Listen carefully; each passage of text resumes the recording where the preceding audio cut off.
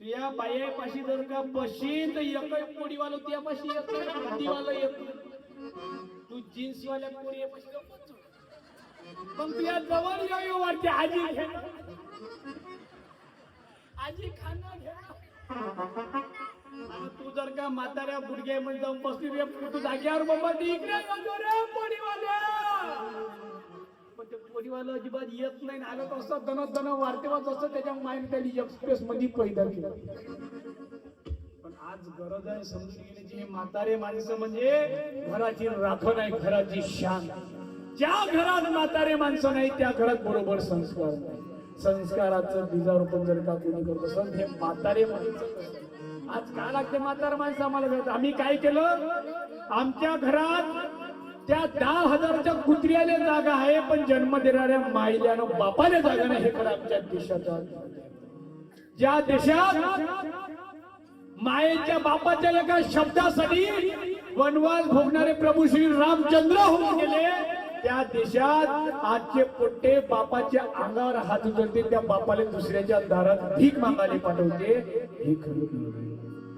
अरे त्या बापानं त्याच्या जवानपणात आपल्या पोराच्या शिक्षणासाठी स्वतःच्या पाठीवरची फाटकी बन्यान लपवली, स्वतःच्या पायात बसणारा काटा लपवला.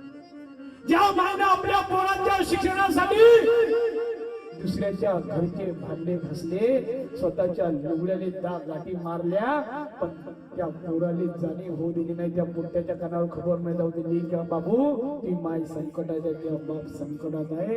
आज दुर्दैव एवढं का ते माय, ज्या मायनं आपल्या पोरासाठी राबली, रक्ताचं पाणी केलं, हाडाच्या काड्या केल्या, त्या मायनं आज ते माय दुसऱ्याच्या दारात भीक मागत आहे. अरे तो बाप, या बापाचा 10 एकराचा कोरा सातबारा होता, तो 10 एकराचा कोरा सातबारा आपल्या पोरांच्या शिक्षणासाठी ड्युटीसाठी ऐकला. आणि आज त्या पोटानं त्या बापाला दुसऱ्याच्या दारात भिकेचं थोडी घेऊन पाठवली. यापेक्षा तिसरं मोठं दुर्दैव कोणतं आमच्या देशात.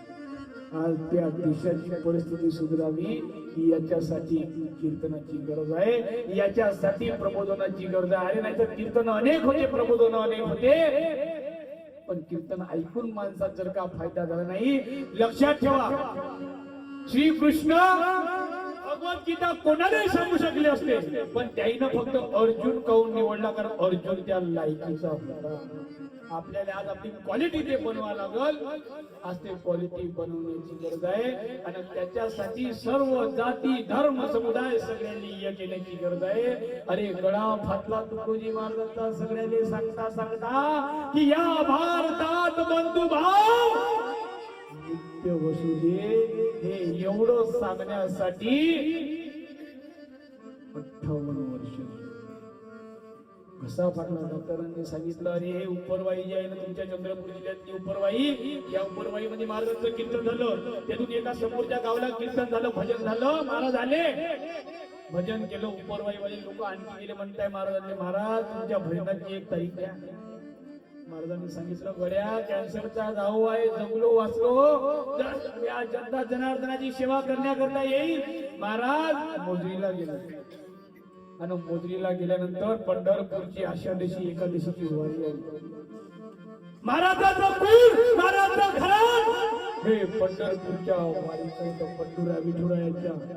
विठुरायाचं तिचं होतं, पंढरपूरचं वारकरी घराणं होतं. आज काही लोक म्हणतात वारकरी संप्रदायानं गुरुदेव सेवा मंडळ अलग आहे. लक्षात ठेवा, वारकरी संप्रदायानं गुरुदेव सेवा मंडळ एकच आहे. वारकरी संप्रदायाची दुसरी शाखा म्हणजे गुरुदेव सेवा मंडळ. वंदनीय महाराज आषाढीची वारी महाराजांनी चुकवली नाही. महाराज पंढरपुरात गेले, डॉक्टरांनी सांगितलं महाराज कीर्तन करू नका, तुमच्या जीवाला धोका होईल, महाराज कीर्तन करू नका. महाराजांनी एक शब्द मागितला आणि महाराज कीर्तन करण्यासाठी पंढरपुरात गेले आणि पंढरपुरात जाऊन भजन म्हटलं.